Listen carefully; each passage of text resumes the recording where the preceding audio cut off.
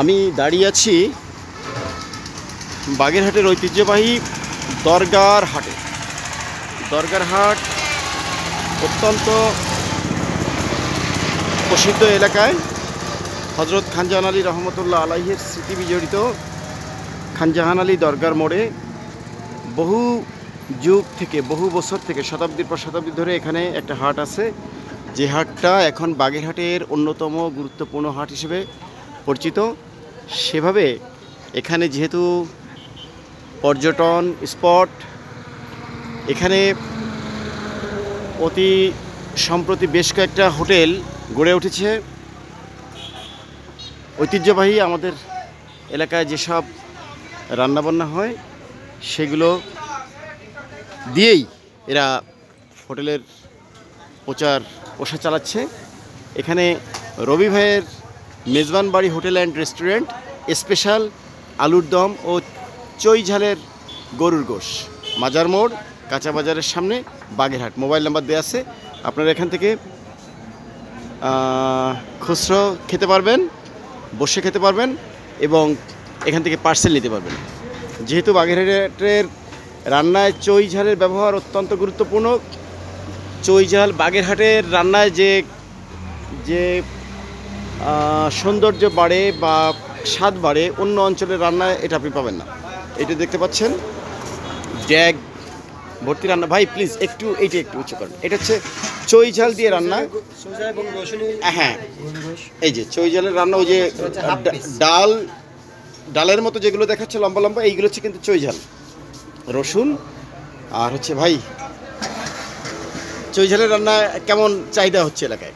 আমাদের এলাকায় খুব বিখ্যাত চই ঝাল। জি, এটা আমাদের খুব ফেমাস। এখানে অনেক দূর থেকে লোক আসে খাওয়া দাওয়া করতে। আপনার ঢাকা, খুলনা, ইন্ডিয়া থেকে অনেক মানুষ খাওয়া দাওয়া করতে আসে শুধু চই ঝাল। আচ্ছা, রাতের বেলায় যেমন চা খাওয়ার যে আড্ডাটা হয় মোড়ে, ওই আড্ডার লোকজন কেমন এখানে আসছে? কিন্তু আমাদের হচ্ছে অনেক চাপ হয়, আপনার দুপুরে রাতে সবসময় ওই টাইম আমাদের থাকে। রান্নাবাড়া 24 ঘন্টা থাকে। 24 ঘন্টা থাকে। প্রতিদিন মাংস কেমন যাচ্ছে? আমাদের হিসাব নেই 2 মণ 1 মণ 80 কেজি। আচ্ছা, যখন যাওয়ার আগে তখন।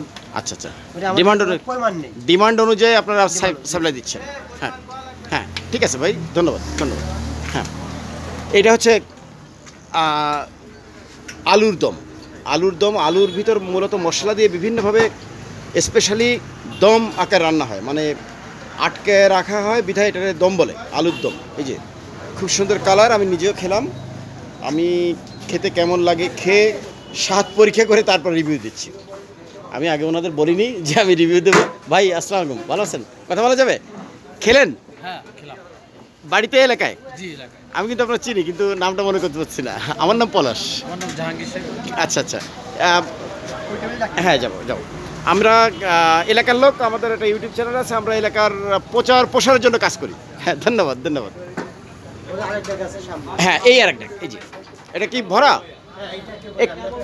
একটু নাম। এটা শেষ হয়ে গেছে, এখন ওই যে দেখা যাচ্ছে। এই হ্যাঁ, বড় সাইজ। একটু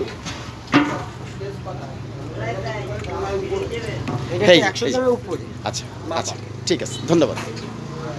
ভাই আপনারা খাচ্ছেন, আমি এই জন্য ডিস্টার্ব করতে চাচ্ছিলাম না। ভালো আছেন? হ্যাঁ, আপনারা কোথেকে আসছেন? আপনারা কোথেকে আসছেন? কোথায়? ঝিনাইদহ। আচ্ছা, আপনারা কি পিকনিকের সাথে লোকজন না?